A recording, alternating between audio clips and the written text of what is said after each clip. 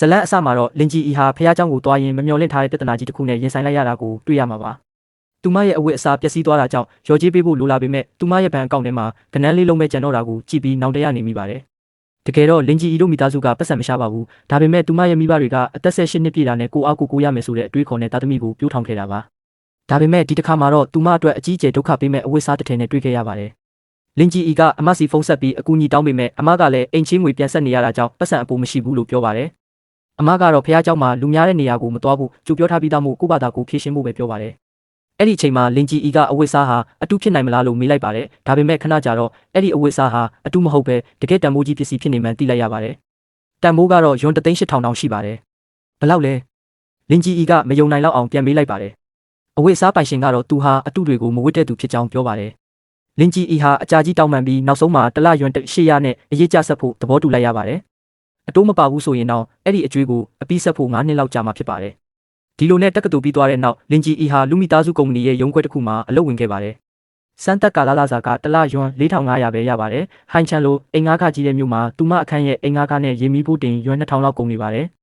အဲ့ဒီအပြင်အဝတ်စားအကျွေးအတွက်တလယွန်1,800ဆက်ရတာကြောင့်သူမလက်ထဲမှာတလကိုယွန်900လောက်ပဲကျန်တော့တာပါအလုပ်ဆက်ဝင်တဲ့နေ့မှာပဲလင်ဂျီအီဟာရုံးကိုနောက်ကျပြီးရောက်လာပါတယ်အဲ့ကျိုကောင်မလေးရဲ့မျက်နှာကလည်းတမျိုးဖြစ်နေပြီးလင်ဂျီအီကိုတခုခုပြောချင်တယ်လို့ပြောမရဖြစ်နေပါတယ်အဲ့ဒီအချိန်မှာသူမရဲ့လုပ်ဖို့ကင်ဖက်ကလင်ဂျီအီမြင်ပါလို့အခုမှရောက်တာလဲလို့မေးပါတယ်လင်ဂျီအီကလည်းဘာဖြစ်လို့လဲအလုပ်ဆက်ချိန်မတိုင်ခင်9မိနစ်တောင်ကြံသေးတာမဟုတ်ဘူးလားလို့ပြန်မေးပါတယ်အဲ့ဒီတော့မှသူမသိလိုက်ရတာကဒီအပက်ကစပြီးရုံးတက်ချိန်ကိုတနာရီစောထားလိုက်ပြီဆိုတာပါဒီအချိန်မှာပဲလူရန်ကျိုးကသူမကိုရုံးခန်းထဲခေါ်လိုက်ပါတယ်ဒါပေမဲ့ရုံးခန်းထဲရောက်တဲ့အခါလူရန်ကျိုးကသူ့နာမည်ကိုပြောပြလိုက်ပါတယ်အဲ့ဒီနောက်လင်ဂျီအီဟာချက်ချင်းအံ့ဩသွားပါတယ်မတော်တဆဖြစ်ရတဲ့တစ်ခုကြောင့်လင်ဂျီအီရဲ့လက်ကလူရန်ကျိုးရဲ့မျက်လုံးထောင်ကမှက်လေးကိုထိမိသွားပြီးသူမရဲ့နှာခမ်းကလည်းသူ့အသားရည်ကိုမတော်တဆထိမိသွားပါတယ်နှစ်ယောက်စလုံးခဏတာငြိမ်သက်သွားကြပါတယ်လင်ဂျီအီကအရှက်ပြေပြေနဲ့လူတထေးရှင်အစဉ်ပြေရဲ့လားလို့မေးလိုက်ပါတယ်လူရန်ကျိုးကတော့အေးအေးဆေးဆေးနဲ့လင်ဂျီအီမင်းကငါရင်ခွင်ထဲမှာဘလောက်ကြာအောင်နေမလို့လဲလို့ပြန်မေးလိုက်ပါတယ်လင်ဂျီအီကလည်းသူမတမင်လောက်တာမဟုတ်ကြောင်းအလင်းအမြန်ရှင်းပြပါတယ်ဒါပေမဲ့သူမရဲ့စိတ်ထဲမှာတော့လူရန်ကျိုးရဲ့ကိုယ်ခန္ဓာကတကယ်ကောင်းတယ်လို့တွေးမိနေပါတယ်အရင်ကလူရန်ကျိုးဟာမိမတွေနဲ့ပတ်သက်ပြီးမကောင်းတဲ့သတင်းတွေထွက်နေတယ်ဆိုတဲ့ကောလာဟာလာတွေကိုလည်းဘသူကစခဲ့တာလဲမသိပေမဲ့တော်တော်လေးမတရားဘူးလို့လင်ဂျီအီကတွေးနေမိပါတယ်နောက်ဆုံးမှာတော့လင်ဂျီအီကလူရန်ကျိုးကိုနှုတ်ဆက်ပြီးရုံးခန်းထဲကထွက်လာပါတယ်မထွက်ခင်မှာလည်းသူ့ကိုဝစ်ချက်မှာအထားတာကိုအတီးပြုတ်ပေးဖို့ပြောခဲ့ပါသေးတယ်ဒါပေမဲ့မကြခင်မှာပဲလူရန်ကျိုးပေါ်ထားတဲ့လင်ဂျီအီရဲ့အမြင်ကပြောင်းလဲသွားပါတယ်ရုံးခန်းထဲမှာအနက်ပြင်းတဲ့မနက်စာတွေမစားရဘူးဆိုတဲ့စီကံကိုထုတ်ထားတာကြောင့်သူမလက်ထဲကအေးဆက်သွားပြီဖြစ်တဲ့ကြံပင်းကိုကြည့်ပြီးတိတ်ဆိတ်သွားပါတယ်သူမကတော့ဒီလူဟာလူကောင်းတစ်ယောက်လို့ထင်ထားခဲ့ပေမဲ့ဒီနေရာမှာစောင့်နေတာကိုလို့စိတ်ထဲကညှဉ်းညူနေမိပါတယ်ညနေမှာတော့လူရန်ကျိုးဟာကုမ္ပဏီဝန်ထမ်းအားလုံးကိုညစာစားပွဲနဲ့ဧည့်ခံလိုက်ပါတယ်စပွဲပေါ်မှာလည်းလင်ဂျီအီအကြိုက်ဆုံးပင်လယ်စာတွေအပြည့်ရှိနေပါတယ်ဒါပေမဲ့လင်ဂျီအီထိုင်ဖို့လုပ်တဲ့အချိန်မှာပဲအမဖြစ်သူကသူမရဲ့ဖန်ခွက်ထဲအရက်ထက်ဖြစ်ပေးပြီးလူရန်ကျိုးရှိကိုခေါ်သွားပါတယ်လူသူထေးဒီနေ့ကျမတို့အဖွဲ့တွေကတယောက်အမှားလုံးမိတာကိုစိတ်ထဲမထားပေးပါနဲ့နောက်တစ်ခါသတိထားပါမယ်လူသူထေးကိုတောင်းပန်လိုက်ပါဦးလင်ဂျီအီကလည်းမနက်ပိုင်းလုံနောက်ကျခဲ့တဲ့အတွက်တောင်းပန်ပြီးအရက်3ခွက်တောက်ကအပြစ်တောင်းပန်မယ်လို့ပြောလိုက်ပါတယ်အဲ့ဒီနောက်အရက်3ခွက်ကိုဆက်တိုက်တောက်လိုက်တာကြောင့်အရက်ပြင်းပြင်းနဲ့သူမရဲ့မျက်ရည်တွေတောင်ထွက်လာပါတယ်သူမရဲ့လှုပ်ဖို့ကပြန်လာတဲ့လင်ဂျီအီကိုသူမရဲ့လှုပ်ဖို့ကင်ဖက်တွေကမူးနေပြီလားလို့မေးပြီးရေတောက်ခိုင်းကြပါတယ်လင်ဂျီအီကတော့အရက်မူးနေပြီဖြစ်တာကြောင့်မိခင်ကိုဖုံးဆက်နေပါတော့တယ်ဒါပေမဲ့လင်ဂျီအီရဲ့အခြေအနေကြောင့်နောက်ဆုံးမှာသူကိုယ်တိုင်ပဲသူမကိုအိမ်ပြန်ပို့ဖို့ဆုံးဖြတ်လိုက်ပါတယ်ကားပေါ်ရောက်တဲ့အခါမူးနေတဲ့လင်ဂျီအီကလူရန်ကျိုးကိုသူမရဲ့ခင်ပွန်းလို့ထင်မှတ်ပြီးမူးမူးနဲ့ပြောဆိုနေပါတော့တယ်ခင်ပွန်းရေမဖတ်ပေးဘူးလားလူရန်ကျိုးကတော့သူမကိုအေးအေးဆေးဆေးထိုင်ပြီးမလှုပ်ရှားဖို့ပြောပါတယ်လင်ဂျီအီကလည်းမူးနေတဲ့အတွက်ကားမောင်းတာနဲ့ပတ်သက်ပြီးရဲတွေပြောခုတဲ့စကားတွေကိုတောင်ပြန်ပြောနေပါတယ်သူမကလူရန်ကျိုးကိုကားမောင်းရင်မူးပြီးမောင်းတာမျိုးမလုပ်ဖို့ပြောနေပြီးသူမကိုယ်တိုင်ကတော့ငါကမတောက်ထားဘူးရေပဲတောက်ထားတာလို့တောင်ပြောနေပါတယ်နောက်ဆုံးမှာတော့လင်ဂျီအီကသူမလက်နာတယ်ဆိုပြီးလူရန်ကျိုးကိုလာပြီးမှုတ်ပေးဖို့တောင်းဆိုလိုက်ပါတယ်လူရန်ကျိုးကတော့အဲ့ဒီအခြေအနေကိုအေးအေးဆေးဆေးပဲရင်ဆိုင်ရင်းသူမကိုအိမ်ပြန်ပို့ပေးနေပါတယ်ဒီလိုနဲ့မနေ့ကဖះเจ้าမှာမတော်တဆတွေ့ခဲ့တဲ့လင်ဂျီအီနဲ့လူရန်ကျိုးတို့ဟာအခုတော့အလုရှင်နဲ့ဝန်ထမ်းအဖြစ်ပြန်လည်ဆုံတွေ့လာကြပြီးလင်ဂျီအီရဲ့မူးနေတဲ့အချိန်ကအပြုတ်မှုတွေကြောင့်သူတို့နှစ်ယောက်ကြားကဆက်ဆံရေးကပိုပြီးစိတ်ဝင်စားစရာကောင်းလာပါတော့တယ်အဲ့ရကနိုးလာပြီးသူမထတဲ့အခါအနေထားတစ်ခုခုမှားနေတယ်လို့ခံစားလိုက်ရပါတယ်လူရန်ကျိုးကလည်းသူမကိုကြည့်ပြီးဘာဖြစ်တာလဲလို့မေးလိုက်ပါတယ်လင်ဂျီအီကတော့ရှက်ရှက်နဲ့ရှင်းအဲ့ရထဲမှာပိုးတွေရှိနေလားလို့မေးလိုက်ပါတယ်လူရန်ကျိုးကတော့ဘာမှမရှိဘူးလို့ပြန်ပြောပါတယ်ဒါနဲ့လင်ဂျီအီကလည်းသူမရဲ့အခြေအနေကိုဖုံးကွယ်ဖို့အကြောင်းပြချက်တစ်ခုထုတ်ပြောလိုက်ပါတယ်မဟုတ်ပါဘူးကျမကဦးလန်းကျောင်းဘက်ကပြဿနာဖြစ်သွားတာပါလူရန်ကျိုးကဒါဆိုပစ္စည်းတွေတင်လိုက်ဆေးရုံသွားကြမယ်လို့ပြောလိုက်ပါတယ်လင်ဂျီအီကတော့ချက်ချင်းတားပြီးဆေးရုံမသွားချင်ကြောင်းပြောပါတယ်ဒါပေမဲ့လူရန်ကျိုးကဒီလိုအခြေအနေမျိုးဆိုဆေးရုံသွားတင်တယ်လို့ပြောပြီးသူမရဲ့မှတ်ပုံတင်ပါလားလို့တောင်မေးလိုက်ပါတယ်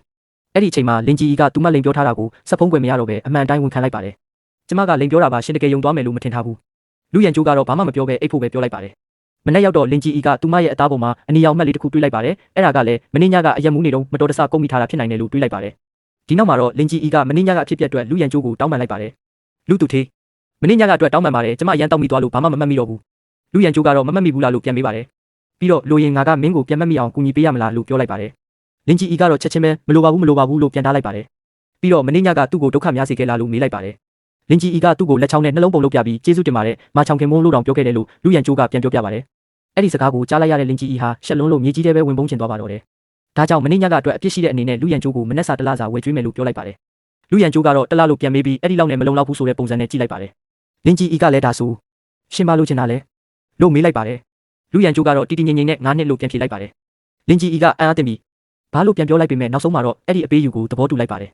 တလားကိုမနှက်စာရွမ်300လောက်ဆိုရင်9နှစ်အတွက်ရွမ်18000ပဲကြာမှာဖြစ်လို့ဒီအပေးယူကမစိုးဘူးလို့လင်ကြီးကတွက်လိုက်ပါတယ်ဒီလိုနဲ့ကုမ္ပဏီထဲမှာလည်းလင်ကြီးနဲ့လူရန်ကျိုးအကြောင်းကောလာဟလတွေစတင်ထွက်လာပါတယ်ဝန်ထမ်းတချို့ကလင်ကြီးဟာလူတထေးရဲ့ချစ်သူဖြစ်နေပြီလို့ထင်ပြီးသူမကိုလှောင်ပြောင်ကြပါတယ်ဒါလူတထေးရဲ့ကောင်မလေးမဟုတ်ဘူးလားဒီလိုအတန်းတက်ဖို့တောင်လူတထေးကကိုယ်တိုင်လာပေးရတယ်လားဆိုပြီးပြောဆိုနေကြပါတယ်တချို့ကလည်းလင်ကြီးကဘာနီလန်တုံပြီးလူတထေးကိုသဘောကျအောင်လုပ်လိုက်လည်းမသိဘူးလို့ပြောကြပါတယ်ဒါပေမဲ့လှောင်ပြောင်နေတဲ့သူကတော့သူမဟာတာလုပ်တာပဲလို့ပြန်ပြောပါတယ်လင်ကြီးကလည်းဒီလိုအပြောဆိုတွေကိုတီးမခံနိုင်တော့ပဲတိုက်ရိုက်ပြန်ပြောလိုက်ပါတယ်သူမနဲ့အဲ့ဒီဝန်ထမ်းတို့စကားများကြတဲ့အခါတငယ်ချင်းကတော့လင်ကြီးအရန်ရဲတင်းတယ်လို့ပြောပါတယ်လင်ကြီးကလည်းအဲ့ဒီလူနဲ့တနေ့နေ့မှာတော့ပြဿနာတက်မှာပဲလို့ပြောပါတယ်လင်ကြီးကတော့တိတ်ရေးမကြည့်ဘူးလို့ပြောပါတယ်သူမအနေနဲ့လည်းဒီလောက်ကနေထွက်ရမယ့်နေ့ကနောက်ဆုံးတော့ရောက်လာမှာပဲလို့ပြောလိုက်ပါတယ်တငယ်ချင်းကလင်ကြီးဟာလူသူထေးရဲ့ချစ်သူဆိုရင်ဒီကုမ္ပဏီမှာအမြဲတမ်းအလုပ်လုပ်နေမှာမဟုတ်ဘူးလို့ပြောပါတယ်လင်ကြီးကတော့ချက်ချင်းဘသူကငါနဲ့သူနဲ့တွဲနေတယ်လို့ပြောတာလေသူမကလူရန်ကျိုးနဲ့သူမတို့ကြားမှာအဲ့ဒီလိုဆက်ဆံရေးမျိုးလုံးဝမရှိဘူးလို့ရှင်းပြပါတယ်ဒါပေမဲ့သူမရဲ့တငယ်ချင်းကတော့လူရန်ကျိုးရဲ့အပြုတ်မှုတွေကိုကြည့်ရင်သူမကိုတကယ်စိတ်ဝင်စားနေတာလို့ယုံကြည်နေပါတယ်အဲ့ဒီလိုပြောနေတော့မှပဲလူရန်ကျိုးရဲ့အတန်ထွက်ပေါ်လာပါတယ်အလုပ်ချိန်မှာစကားပြောနေကြတယ်လားလင်ကြီးတယောက်ချက်ချင်းတိတ်သွားပါတယ်လူရန်ကျိုးကတော့အခုငါရုံးခန်းထဲကိုလာခဲ့လို့ပြောလိုက်ပါတယ်လင်ကြီးကတော့ဘာအတွက်ခေါ်တာလဲဆိုတာမသိသေးပဲစိုးရိမ်ကြီးနဲ့လူရန်ကျိုးရဲ့ရုံးခန်းဘက်ကိုလိုက်သွားရပါတော့တယ်လင်ကြီးတယောက်လူရန်ကျိုးရဲ့ရုံးခန်းစီကိုရောက်လာပြီးဒီတစ်ခါတော့တကားတော်မခောက်တော့ပဲတန်းဝင်သွားပါတယ်လူသူထေးကျမတို့နှစ်ယောက်တေချာစကားပြောဖို့လိုပြီးထင်တယ်အခုချိန်ထိလင်ကြီးကလူရန်ကျိုးကိုရွမ်6200တိတိအကျွေးတင်နေစေဖြစ်ပေမဲ့ကုမ္ပဏီထဲမှာတော့သူတို့နှစ်ယောက်ကအလုပ်ရှင်နဲ့ဝန်ထမ်းပဲဖြစ်တင်တယ်လို့သူမကပြောပါတယ်လူရန်ကျိုးကသူမရဲ့အကျွေးရှင်ဖြစ်ပေမဲ့ရုံးမှာတော့အထက်အောက်ဆက်ဆံရေးရှိတာကြောင့်သူကတာမန်ဝန်ထမ်းတယောက်ကိုမကြာခဏရုံးခန်းထဲခေါ်နေတာမတင်တော့ဘူးလို့လင်ကြီးကပြောလိုက်ပါတယ်အခုဆိုကုမ္ပဏီထဲမှာလူတိုင်းကသူတို့နှစ်ယောက်ဟာတာမန်အလုပ်ရှင်နဲ့ဝန်ထမ်းမဟုတ်ပဲတမျိုးတစ်ပုံဆက်ဆံရေးရှိနေကြတယ်လို့ပြောနေကြပါပြီလူရန်ကျိုးကတော့အေးအေးဆေးဆေးနဲ့ဘလို့ဆက်ဆံရေးလဲလို့ပြန်မေးပါတယ်လင်ကြီးကတော့မတိကျင်အောင်ဆောင်မနေနဲ့လို့ပြောပြီးဒီလိုကောလာဟလာတွေထွက်နေတာကမကောင်းဘူးလို့ရှင်းပြပါတယ်ဒါပေမဲ့လူရန်ကျိုးကတော့သူကိုယ်တိုင်ကအဲ့ဒီကိစ္စကိုမဂရုစိုက်ဘူးလို့ပြန်ပြောပါတယ်လင်ကြီးကတော့ချက်ချင်းရှင်မဂရုစိုက်တာဘသူဂရုစိုက်လဲကျမကဂရုစိုက်တယ်လို့ပြန်ပြောလိုက်ပါတယ်အဲ့ဒီနောက်လူရန်ကျိုးကသူမကိုထူးထူးခြားခြားကြည့်လာတာကြောင့်လင်ကြီးကဒီလိုမကြည့်နဲ့ရှင်ကြည့်နေတာကျမကရှင်ကိုပြစ်ထားခဲ့တယ်လို့ဖြစ်နေတယ်လို့ပြောလိုက်ပါတယ်လူရန်ကျိုးကလည်းအဲ့ဒါကမဟုတ်ဘူးလားအဲ့ဒီနေ့ကငါ့ကိုအကိုလို့ခေါ်တာတော်တော်ချိုတာပဲလေလို့ပြန်ပြောပါတယ်လူရန်ကျိုးကတော့မြစ်တာမရှိတဲ့ကောင်မလေးအခုတော့မှတ်မိပြီလားလို့ပြောလိုက်ပါတယ်အဲ့ဒီအချိန်မှာပဲဇလန်းကလင်ကြီးရဲ့တက္ကသိုလ်ဘဝကအဖြစ်အပျက်တစ်ခုစီပြန်ရောက်သွားပါတယ်တက္ကသိုလ်ပွဲရခါနီမှာလင်ကြီးတို့တက္ကသိုလ်နဲ့အနီးနားကတက္ကသိုလ်တို့ပူးပေါင်းပြီးလူငယ်တွေတွေ့ဆုံဖို့အစီအစဉ်တစ်ခုကျင်းပခဲ့ပါတယ်လင်ကြီးကအစကမသွားချင်ပေမဲ့သူမရဲ့အခန်းဖော်ကအဲ့ဒီပွဲကိုသွားမှဖြစ်တာကြောင့်အခန်းထဲမှာတယောက်တည်းလူလွတ်ဖြစ်နေတဲ့လင်ကြီးကိုပါလူပြည့်အောင်ဆွဲခေါ်သွားပါတယ်တငယ်ချင်းကငါမင်းအတွက်ဒီထဲကအချောဆုံးတယောက်ကိုရွေးပေးမဲ့အဆင်ပြေသွားရင်ငါ့ကိုထမင်းဝယ်ကျွေးတော့လို့ပြောပါတယ်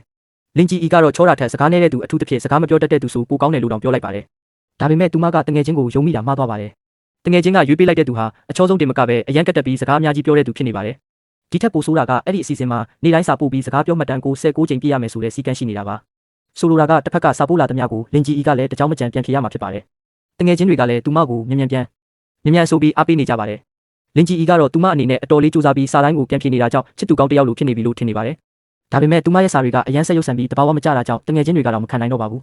ူးအဲ့ဒီညမှာလင်ကြီးကပိုချိုတာအောင်စူးစမ်းပြီးအကိုထမင်းစားပြီးပြီလားအကိုဘာလို့စာမပြန်တာလဲကြီးကအကိုကိုအရန်လွှမ်းနေဆိုပြီးစာတွေဆက်တိုက်ပို့လိုက်ပါတယ်ဒါပေမဲ့9မိနစ်လောက်ကြာသွားတဲ့အထိတစ်ဖက်ကဘာစာမှပြန်မလာပါဘူးလင်ကြီးကလည်းဘာဖြစ်တာလဲဆိုပြီးတငယ်ချင်းကိုအကူအညီတောင်းပါတယ်တငယ်ချင်းကတော့သူမရဲ့နီလန်းကိုကြည့်ပြီးမင်းကချစ်စရာကောင်းအောင်လုပ်နေတာလားညံမရှိသလိုလုပ်နေတာလားလို့ပြန်ပြောပါတယ်လင်ကြီးကတော့သူမရဲ့နီလန်းမှာချိုသားတဲ့စကားတွေချစ်စရာ emoji တွေနည်းနည်းချွဲတဲ့ပုံစံတွေအကုန်ပါနေပြီလို့ထင်နေပါတယ်မကြခင်မှာပဲတစ်ဖက်ကစာပြန်လာပါတယ်ညီမလေးအကိုအခုလေးတင်စင်ပေါ်တက်ပြီးအစီရင်ခံတင်ပြပြီးတာမင်းကျေးဇူးနဲ့တန်းလုံးကအကိုမှချွဲတက်တဲ့ချစ်သူတယောက်ရှိတာသိသွားပြီအဲ့ဒီစာကိုဖတ်လိုက်ရတဲ့လင်ကြီးကတော့ရှက်လွန်းလို့မြေကြီးထဲပဲဝင်ပုန်းချင်သွားပါတယ်နောက်ပိုင်းမှာတော့သူတို့နှစ်ယောက်ဖုန်းနဲ့စကားပြောဖြစ်ကြပါတယ်အဲ့ဒီအချိန်မှာလင်ကြီးဟာပထမဆုံးအကြိမ်သူ့အတန်ကိုကြားလိုက်ရပါတယ်သူမမျောလင့်ထားတာထက်ပိုပြီးကောင်းမွန်တဲ့အတန်ကြောင့်လင်ကြီးတယောက်ခဏတာကြောင်သွားပါတယ်တစ်ဖက်ကလည်းမင်းအိမ်မိနေတာလားလို့မေးလိုက်ပါတယ်လင်ကြီးကတော့သူမအတန်ကြောင့်အဲ့လိုမေးတာလို့ထင်ပြီးမဟုတ်ပါဘူးဘာကိစ္စရှိလို့လဲလို့ပြန်ဖြေပါတယ်အဲ့ဒီနောက်သူကငါတို့နှစ်ယောက်အခုထိမတွေ့ဘူးသေးဘူးမနှက်ဖြန်အတူတူထမင်းစားကြမလားလို့ဖိတ်လိုက်ပါတယ်လင်ကြီးကလည်းကောင်းပြီဒါဆိုမနှက်ဖြန်တွေ့မယ်လို့သဘောတူလိုက်ပါတယ် နောက်ဆုံးမှာသူတို့နှစ်ယောက်ကတယောက်ကိုတယောက်ညအိတ်ကောင်းပါစေလို့နှုတ်ဆက်ပြီးဖုန်းချလိုက်ကြပါတယ်။အဲ့ဒီချိန်ကလင်ကြီးအီအတွက်တော့ဒီဟာအွန်လိုင်းကနေစတင်ခဲ့တဲ့ချစ်ချင်းတစ်ခုသာဖြစ်ပေမဲ့နောက်တစ်နေ့မှာသူမတွေ့ရမယ့်လူကတော့သူမဘဝထဲမှာလုံးဝမမျှော်လင့်ထားတဲ့သူဖြစ်နေပါတော့တယ်။နောက်တစ်နေ့မှာတော့လင်ကြီးအီဟာအွန်လိုင်းကနေချစ်သူဖြစ်လာခဲ့တဲ့သူနဲ့ပထမဆုံးအကြိမ်တွေ့ဖို့သွားပါတော့တယ်။လမ်းမှာသူမကကိုယ့်အဝတ်စားကိုကြည့်ရင်ဒီလိုဝတ်သွားရင်အဆင်ပြေပါမလား။ငါ့ကိုလိမ်ပြီးပတ်စံယူသွားတာမျိုးတော့မဖြစ်တော့ပါဘူး။ငါကတန်တန်လောက်မှအလွယ်တကူယုံတဲ့သူပါလို့တွေးနေပါတယ်။စားတောက်ဆိုင်ရောက်တော့ဝန်ထမ်းကမမအဖော်တယောက်ထပ်လာဦးမလားလို့မေးပါတယ်။လင်ကြီးအီကလည်းမလာတော့ပါဘူးလို့ပြန်ဖြေလိုက်ပါတယ်။ဒါပေမဲ့သူတို့နှစ်ယောက်တွေ့မဲ့တက္ကသိုလ်ကဒီစားတောက်ဆိုင်နဲ့အနီးနားမှာပဲရှိတာကြောင့်အခုဆိုရင်ရောက်နေတင်ပြီလို့သူမတွေးလိုက်ပါတယ်။ဒါနဲ့လင်ကြီးအီရဲ့စိတ်ထဲမှာတန်တရားဝင်လာပါတယ်။သူအရင်ရောက်နေပြီးငါမျက်နှာကိုမြင်တာနဲ့ထွက်ပြေးသွားတာများလား။အဲ့ဒီအချိန်မှာပဲသူမဖုန်းမိလာပါတယ်။လင်ကြီးအီကဖုန်းကိုကင်ပြီးဟဲလိုဘယ်သူပါလဲလို့မေးလိုက်ပါတယ်။တစ်ဖက်ကတော့ယောက်ျားတစ်ယောက်ရဲ့အတန်နဲ့သူ့တငယ်ချင်းရဲ့ဖုန်းကိုကင်ထားတာဖြစ်ကြောင်းပြောပါတယ်။ပြီးတော့သူကလူရန်ကျိုးရဲ့ချစ်သူဖြစ်မယ်လို့တစ်ချက်ကြည့်တာနဲ့တီးသွားတဲ့ပုံစံနဲ့ပြောလိုက်ပါတယ်။သူကအခုဖုန်းမကင်နိုင်သေးဘူးနောက်မှမင်းစီပြန်ဆက်ခိုင်းလိုက်မယ်လို့ပြောပါတယ်။လင်ကြီးအီကလည်းအဲ့ဒီစကားကိုကြားပြီးဘာကြောင့်ဖုန်းမကင်နိုင်တာလဲဆိုတာတန်တရားဝင်သွားပါတယ်။ဒါပေမဲ့သူမကဆက်မဆောင်တော့ပဲမလိုတော့ပါဘူးတောင်းပန်ပါတယ်လို့ပြောပြီးဖုန်းချလိုက်ပါတယ်။ခဏကြာတော့လင်ကြီးအီရဲ့စိတ်ထဲမှာအဲ့ဒီကောင်မလေးအတွက်တနာစိတ်ဝင်လာပါတယ်။သူမရဲ့ချစ်သူကအပြင်မှာတခြားမိန်းကလေးတစ်ယောက်နဲ့အွန်လိုင်းကနေခိုးပြီးချစ်နေမှန်းအဲ့ဒီကောင်မလေးကအခုထိမသိသေးတာဖြစ်နိုင်ပါတယ်။လင်ကြီးအီကတော့ညီမရေအဲ့ဒီလူရဲ့အမှန်ကိုမြန်မြန်သိပြီးထွက်ပြေးလိုက်ပါလို့စိတ်ထဲကနေပြောလိုက်ပါတယ်။ဒီလိုနဲ့သူမရဲ့အချိန်တိုအွန်လိုင်းချစ်ချင်းကအဲ့ဒီနေရာမှာပဲအဆုံးသတ်သွားပါတယ်။လင်ကြီးအီအတွက်တော့ဒီအဖြစ်အပျက်ဟာသူမဘဝထဲကခဏတာဖြတ်တန်းသွားတဲ့အဖြစ်အပျက်လေးတစ်ခုသာဖြစ်ခဲ့ပါတယ်။ဟိုင်ချန်ကိုပြန်ရောက်တဲ့အခါအလုပ်တွေကလည်းအများများနေတာကြောင့်အဲ့ဒီအကြောင်းကိုဝမ်းနည်းဖို့တောင်အချိန်မရခဲ့ပါဘူး။နောက်ဆုံးစနေတနင်္ဂနွေရောက်လာတော့အိမ်မှာအေးအေးဆေးဆေးနေပြီးဂိမ်းဆော့ဖို့ပဲပြင်နေပါတယ်။ဒါပေမဲ့မကြခင်မှာပဲအရင်ကအွန်လိုင်းချစ်သူကသူမကိုပြန်ဆက်သွယ်လာပါတယ်။သူကသူမကိုပြန်ပြောဖို့ကြိုးစားပြီးအဲ့ဒီညကဖြစ်ခဲ့တာတွေကိုရှင်းပြပါတော့တယ်။အဲ့ဒီညကဖြစ်ခဲ့တာအတွက်တောင်းပန်ပါတယ်အခြေအနေကရုတ်တရက်ဖြစ်သွားလို့ကျွန်တော်လည်းဘာမှမလုပ်နိုင်ခဲ့ဘူး။လင်ကြီးအီကတော့အဲ့ဒီစကားကိုကြားပြီးချစ်သူကဖမ်းမိသွားလို့လားလို့ပြန်မေးပါတယ်။သူကလည်းအဲ့ဒီညကညစာစားပွဲအကြောင်းကိုရှင်းပြပြီးလမ်းမှာသူကားမတော်တဆဖြစ်ခဲ့တာကြောင့်အဲ့ဒီလိုဖြစ်သွားတာလို့ပြောပါတယ်။လင်ကြီးအီကတော့အဲ့ဒီအကြောင်းပြချက်ကိုကြားပြီးဒီအကြောင်းပြချက်ကအရန်ကိုအတူအယောင်ဆန်နေတော့လို့ပြန်ပြောလိုက်ပါတယ်။ပြီးတော့သူမကသူ့ကိုဘလို့လှုပ်ထားတာကိုသူသိသွားပြီးနောက်သူမစီပြန်ဆက်သွယ်ဖို့ကြိုးစားခဲ့ပေမဲ့မရခဲ့ဘူးလို့သူကပြောပါတယ်။လင်ကြီးအီကတော့သူ့စကားတွေကိုဆက်မယုံတော့ပဲငါမျက်နှာပေါ်မှာအလွယ်တကူလှည့်စားလို့ရတဲ့သူလို့ရေးထားတယ်ထင်နေလားလို့ပြန်ပြောလိုက်ပါတယ်။နောက်ဆုံးမှာတော့သူမကအဲ့ဒီအကြောင်းပြချက်တွေကိုမယုံတော့ပဲသူ့ချစ်သူကိုကောင်းကောင်းဆက်ဆံဖို့ပဲပြောလိုက်ပါတယ်။ဒီလိုနဲ့လင်ကြီးအီဟာအဲ့ဒီလိုရေးစရာကောင်းတဲ့အကြောင်းပြချက်တွေကိုနားထောင်ရတာစိတ်ကုန်လာပြီးဟေးဒီလောက်နဲ့ငါ့ကိုလာလှည့်စားလို့ရမယ်ထင်နေတာလားလို့စိတ်ထဲကနေတွေးလိုက်ပါတော့တယ်။လင်ကြီးအီကလူရန်ကျိုးရဲ့ရုံးခန်းထဲမှာသူမအရင်ကပြောခဲ့တဲ့စကားတွေကိုပြန်စဉ်းစားရင်းစိတ်မသက်မသာဖြစ်နေပါတယ်။အဲ့ဒီအချိန်မှာလူရန်ကျိုးကသူမကိုကြည့်ပြီးလင်ကြီးအီမင်းပြောခဲ့တဲ့စကားတွေကိုငါအားလုံးကြားတယ်လို့ပြောလိုက်ပါတယ်။လင်ကြီးအီကတော့ဘာစကားတွေလဲလို့မသိချင်အောင်ဆောင်လိုက်ပေမဲ့လူရန်ကျိုးကသူမနဲ့ရှုနီနီဖုန်းပြောနေတော့ကစကားတွေကိုကြားခဲ့တာဖြစ်ကြောင်းရှင်းပြပါတယ်။အဲ့ဒီအချိန်မှာလင်ကြီးအီတယောက်ရင်ထဲမှာအဆင်မပြေတော့ဘူးလို့တွေးလိုက်ပါတယ်။လူရန်ကျိုးကတော့မင်းကငါ့ကိုသဘောကျတယ်ငါနဲ့ဆမ်းပြီးတွေ့ကြည့်ချင်တယ်လို့ပြောခဲ့တာတွေအခုထိအဲ့ဒီစကားတွေကအတီးပဲလားလို့မေးလိုက်ပါတယ်လင်ကြီးအီကလည်းခဏတော့ဆိုင်ပြီးအတီးပိုင်းလို့ပြန်ဖြေလိုက်ပါတယ်ဒါပေမဲ့အဲ့ဒီနောက်သူမကတခုတတိယသွားပါတယ်အရင်ကသူဖုန်းဆက်ခဲ့တော့ကယောက်ျားမဟုတ်ပဲမိန်းကလေးတစ်ယောက်ကဖုန်းကန်ခဲ့တာပါလူရန်ကျိုးကလည်းအဲ့ဒီမိန်းကလေးဟာသူ့ရဲ့တက္ကသိုလ်အကြံပေးဆရာမဖြစ်ကြောင်းရှင်းပြပါတယ်အဲ့ဒီနေ့ကသူကားမတော်တဆဖြစ်သွားတာကြောင့်ဆရာမကသူ့ဖုန်းကိုကူကန်ပေးခဲ့တာဖြစ်ပါတယ်အဲ့ဒီအချိန်မှာမှလင်ကြီးအီတယောက်အရင်ကသူ့ကိုဖောက်ပြန်နေတဲ့လူလို့ထင်ခဲ့တာမှားနေမှန်းသိလိုက်ရပါတယ်သူမကအဲ့ဒီတုန်းကသူ့ဆရာမကိုတောင်ဒီလိုလူနဲ့မပတ်သက်နဲ့မြန်မြန်ထွက်ပြေးပါဆိုတဲ့သဘောမျိုးပြောခဲ့မိတာကြောင့်ပိုပြီးရှက်သွားပါတယ်လူရန်ကျိုးကတော့အဲ့ဒီအကြောင်းကိုသူ့ဆရာမစီကနေတီးပြီးသားဖြစ်ကြောင်းပြောပါတယ်ဒါပေမဲ့လင်ကြီးအီရဲ့စိတ်ထဲမှာနောက်ထပ်မေးခွန်းတစ်ခုရှိနေပါသေးတယ်ကျမတို့နှစ်ယောက်အရင်ကတခါမှမတွေ့ဘူးဒါဆိုရှင်ကကျမရုပ်ကိုဘယ်လိုသိတာလဲလူရန်ကျိုးကတော့အေးအေးဆေးဆေးပဲရှင်းပြလိုက်ပါတယ်သူတို့တက္ကသိုလ်နှစ်ခုပူးပေါင်းကျင်းပခဲ့တဲ့အဲ့ဒီတွေ့ဆုံပွဲဟာလူမိသားစုကုမ္ပဏီကထောက်ပံ့ပေးထားတဲ့အစီအစဉ်ဖြစ်ပါတယ်ဒါကြောင့်လင်ကြီးအီကအံ့ဩသွားပါတယ်ဒါပေမဲ့ကျမတို့ကတကြောင်တည်းမှမဟုတ်တာလေလူရန်ကျိုးကတော့သူမကိုသဘောကျခဲ့တာဟာအဲ့ဒီအချိန်မှရုတ်တရက်ဖြစ်လာတာမဟုတ်ဘူးလို့ပြောပါတယ်ငါမင်းကိုသဘောကျတာအဲ့ဒီအချိန်မှစတင်ခဲ့တာမဟုတ်ဘူးလို့ပြောလိုက်ပါတယ်ဒါပေမဲ့လင်ကြီးအီကတော့သူမရဲ့အမတ်တရထဲမှာလူရန်ကျိုးဆိုတဲ့လူရှိနေခဲ့တာကိုလုံးဝမမှတ်မိပါဘူးနောက်ဆုံးမှာတော့လူရန်ကျိုးကသူမကိုအကျွေးတောင်မဆက်တော့နဲ့နောက်ဆိုသူမကိုလည်းမနှောက်ယှက်တော့ဘူးလို့ပြောပြီးရုံးခန်းကနေထွက်ခိုင်းလိုက်ပါတယ်အိမ်ပြန်ရောက်တဲ့အခါလင်ကြီးအီကတငယ်ချင်းရှုနီနီကိုဒီအကြောင်းတွေပြောပြပါတယ်ရှုနီနီကနေလူရန်ကျိုးကိုတိလားလို့မေးပါတယ်အစမှာတော့လင်ကြီးအီကတိတ်မမှတ်မိပေမဲ့ရှုနီနီကတတိပေးလိုက်တဲ့အခါမှာအတိတ်ကအကြောင်းတွေတဖြည်းဖြည်းပြန်ပေါ်လာပါတယ်လူရန်ကျိုးဟာအဲ့ဒီတုန်းကအတန်းထဲမှာအရန်ထူးချွန်တဲ့ចောင်းသားတစ်ယောက်ဖြစ်ပြီးစာတော်လုံးလို့အထူးတန်းကနေမြို့နယ်အဆင့်ကျောင်းကိုတိုက်ရိုက်ရွေးချယ်ခံခဲ့ရသူပါရှုနီနီကတော့လင်ကြီးအီကိုအရင်တုန်းကလူရန်ကျိုးစီကကျူးကျူးအကောင့်တောင်းခဲ့တာတပတ်လောက်မနက်စာတွေတွားပေးခဲ့တာတွေကိုပါပြန်တတိပေးလိုက်ပါတယ်အဲ့ဒီအတွက်တောင်လင်ကြီးအီကိုဆရာကြီးကရုံးခန်းထဲခေါ်ပြီးတတိပေးခဲ့ရသေးတာပါလင်ကြီးအီကတော့အဲ့ဒါဟာချစ်မိတာမဟုတ်ပဲချောတဲ့ကောင်လေးတွေနဲ့မိတ်ဆွေဖွဲ့ထားတာပဲလို့ရှင်းပြပါတယ်သူမရဲ့အတွေ့ကတော့နောက်တစ်နေ့မှာအဲ့ဒီလူတွေကကိုယ့်အတွက်အသုံးဝင်တဲ့အဆက်အသွယ်တွေဖြစ်လာနိုင်တာကြောင့်ကြိုတင်ပြင်ဆင်ထားတာဖြစ်ပါတယ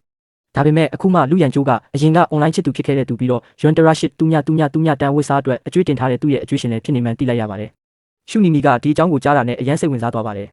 ဒီကိစ္စမှာတော့ငါအတွေ့အကြုံအရပြောရရင်သူကတမင်တကာလုပ်နေတာလို့တန်တရားရှိတယ်လို့တောင်ပြောပါတယ်လင်ကြီးအီကတော့လူရန်ကျိုးဟာသူမရဲ့အထက်လူကြီးဖြစ်နေသေးတာကြောင့်ပိုပြီးခက်ခဲနေပါတယ်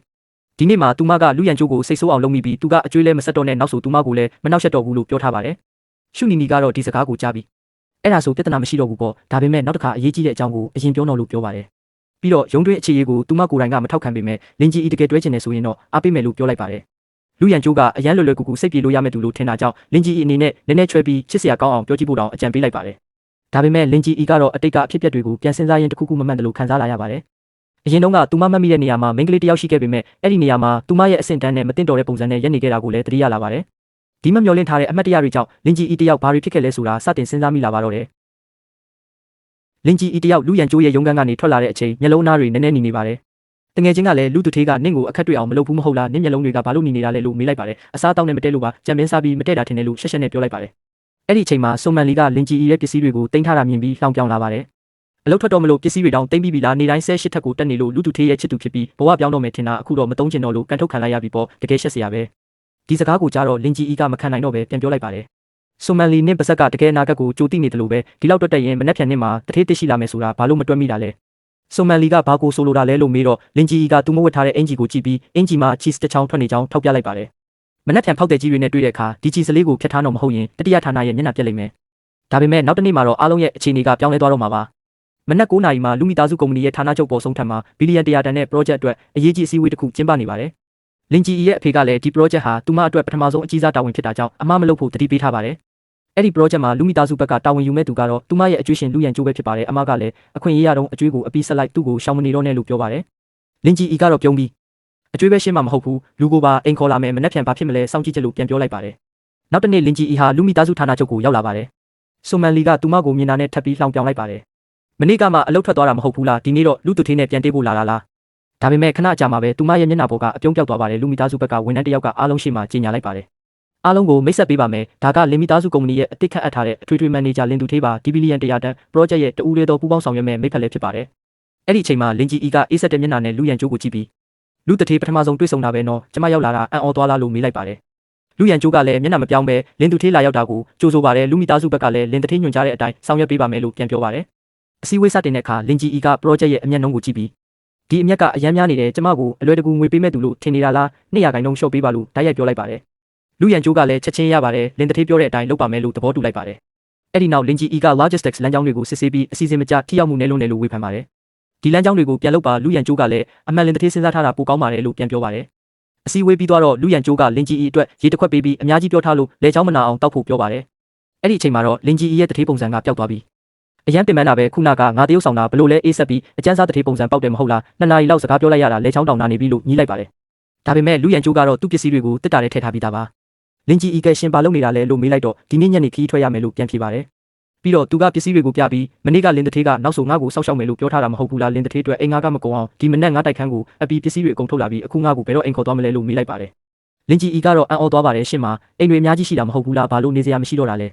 လူရန်ကျိုးကတော့သူ့အိမ်တွေကကုမ္ပဏီနဲ့ဝေးလုံးနဲ့တယောက်တည်းနေဖို့လဲမကြိုက်ဘူးလို့ပြောပါတယ်အခုသူ့မှာအလုံးမရှိတော့တာကြောင့်လင်သူထေးကသူ့ကိုစောက်ရှောက်ရတာဝင်တော့ဝင်ဖို့ဖြစ်လာရင်လမ်းပေါ်မှာတွားအိတ်လဲရတယ်လို့တောင်ပြောလိုက်ပါတယ်လင်ကြီးကနောက်ဆုံးတော့လက်လျှော့ပြီးသူ့ကိုအိမ်မှာနေခွင့်ပေးလိုက်ပါတယ်